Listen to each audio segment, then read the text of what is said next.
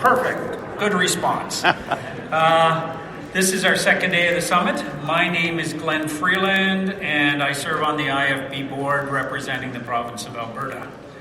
A little story about myself. I joined the IFB because I believe that it is now time for independent financial advisors to speak up in this face of the regulations that is poised to make a massive impact on our businesses. Membership at IFB provides you the opportunity at a seat at the table and have a very, very strong voice when it comes to the new regulations that are coming in. We had a lot of new members join yesterday, so I know that this message is resonating with everybody, and we are stronger together as a group. I'd like to invite everybody to drop by the IFB booth, the ones that have non-members on it, and talk to our people at the IFB booth and see if, in fact, joining as part of the membership to be a much stronger voice out there. Also, excuse me, just a little housekeeping. Please remember that we have to scan you in and out after each speaker session. So at the end of each speaker session, please stop by the door and get scanned out so you make sure that you get your CE credits. So moving right along, I'm going to introduce our first speakers this morning. First, I'm going to introduce Mr. Glenn Crum. He joined Investor Group Security in May of 1998. Prior to joining IG, Glenn gained 12 years of experience within the financial services industry through a variety of roles. He began his career as a full-service investment advisor and progressed to the position of account manager of investments and advisory products with the Canadian Trust Company. During the 5 years prior to joining Investors Group Securities Inc., Glenn was employed with a chartered bank, where as an account manager of professional banking, he provided investments and financial strategies for high net worth clients. Aside from an undergraduate degree in economics, he has also completed a branch manager's qualifying exam in professional financial planning, PFP course. He also holds a designation of chartered investment manager. The second speaker that will be joining Glenn this morning is Mark Champagne. He also joined Investors Group Securities Inc. in August of 2011. Mark started his career in the financial services in 1994. Prior to joining IG, Mark was an investment advisor at a bank-owned brokerage firm, and he also held the position of investment and retirement planner at a wealth management firm. Mark holds a Bachelor of Arts from the University of Western Ontario. Mark obtained the Personal Financial Planner designation in 2000 and the Chartered Investment Manager designation in 2012. So with that, could we please welcome Mark and Glenn.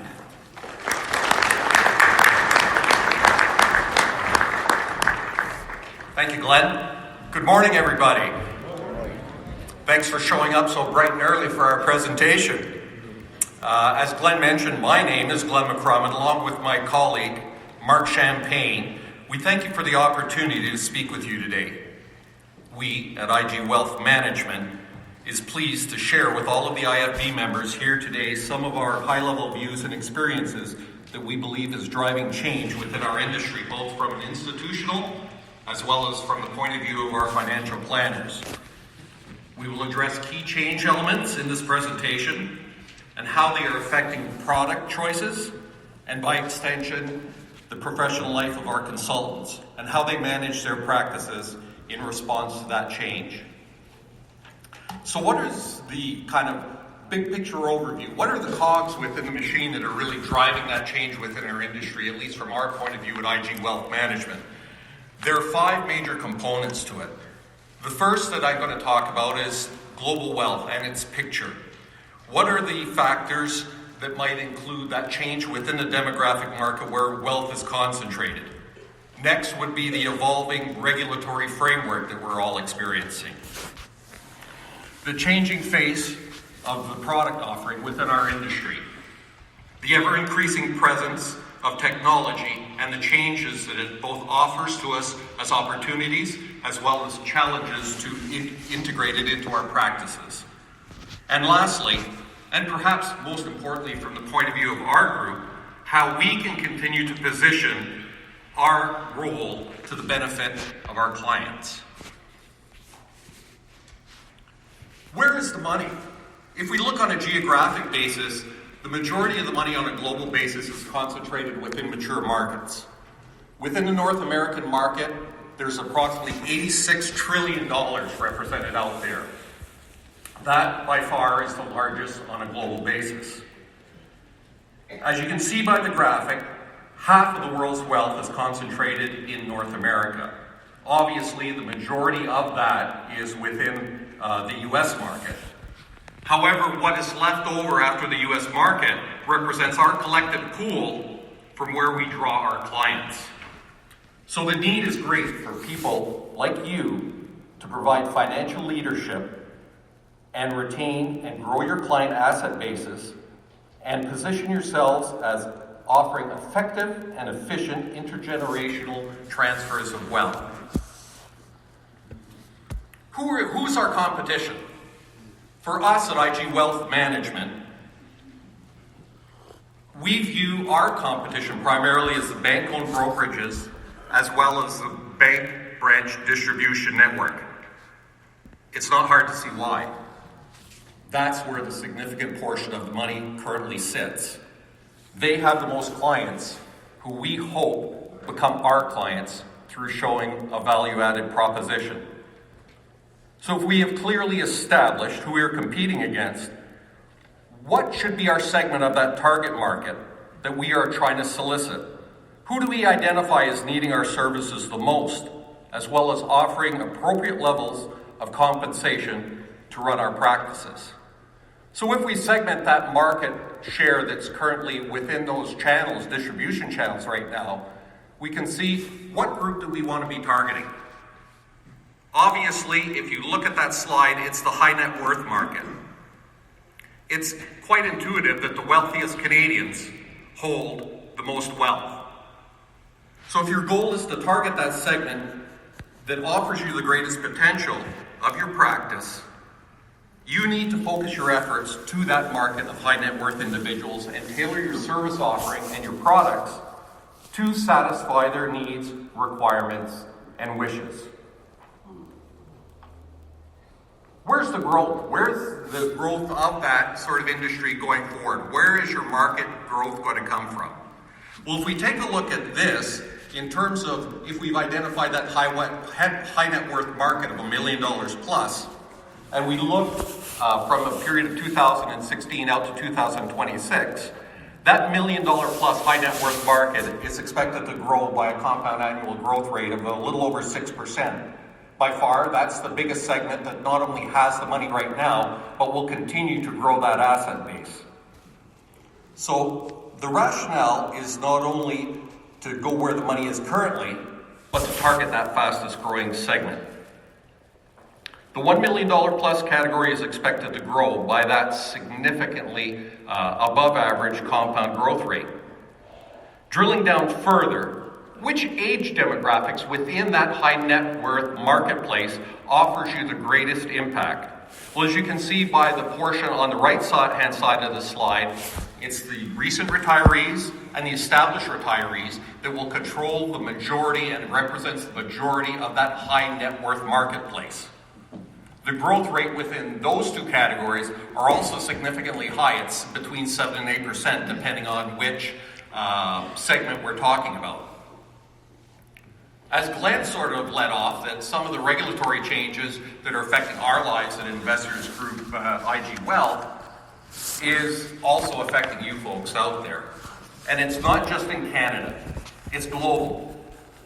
So that regulatory cog that is resulting in a lot of change within our industry is really impactful for us.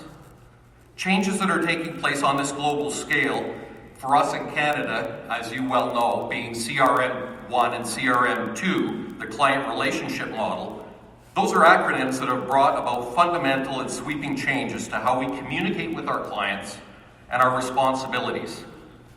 Enhancements with regard to investment reporting and pricing disclosure have been significant.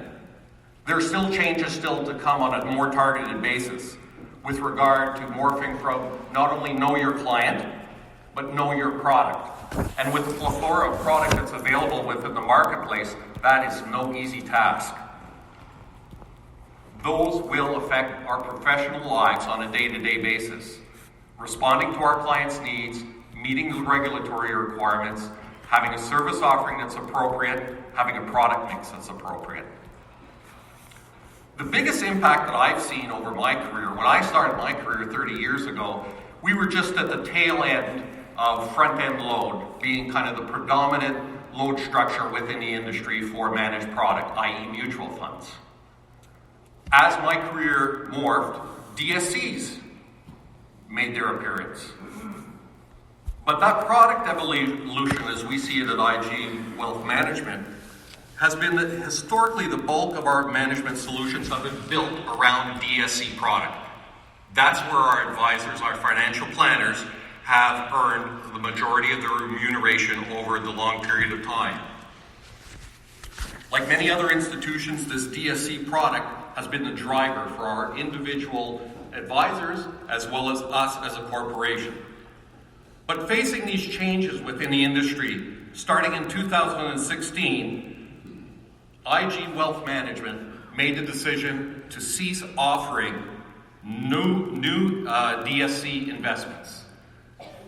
There are no DSC investments being done currently at IG Wealth Management. Everything is being done on a no-load basis, and that's making dramatic and significant changes to not only how we deal as an institution, but how our advisors deal with their clients. DSC's dominance, like front-end load decades ago, have seen their day. And if they are not already gone, they're quickly on their way out at all, if not most, institutions. DSCs will continue to decline dramatically as no-load product continues to experience rapid growth.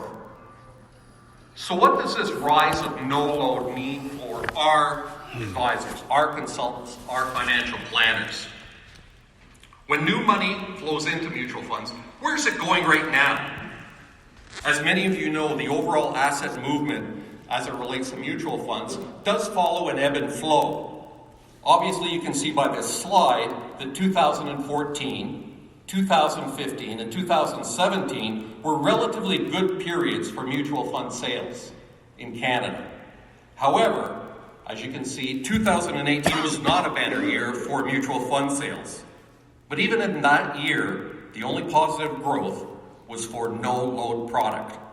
All other categories suffered significant declines in new inflows. DSC, or load product, from our point of view, is dead. This has been brought about by regulatory changes.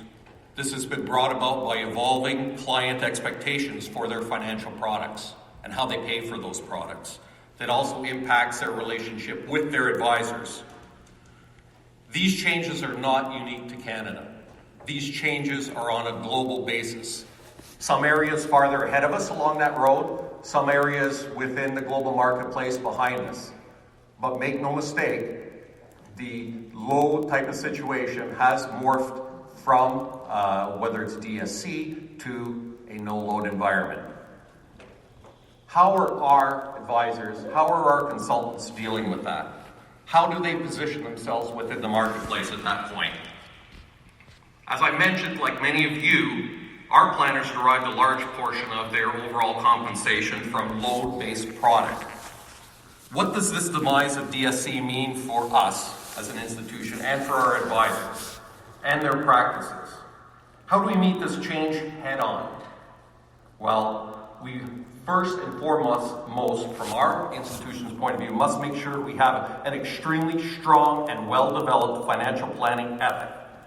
We need to clearly articulate and define our value proposition to our clients. Products aren't enough. What else do we do? Well, we also have to reflect that because our clients are dealing with us now on a no-load basis versus in the past where if a product was sold under a DSC basis, that was almost a marriage that was guaranteed to last for whatever the load period was, 5, 7 years, whatever. However, with the demise of DSC and everything being predominantly based on a no-load type of environment going forward, that increases potential client-based volatility. Recognize that our responsibility is to constantly provide our clients with effective solutions and maintain high levels of ongoing communication. Those unsatisfied clients no longer have loads to keep them wedded to our practices or our institutions. Thirdly,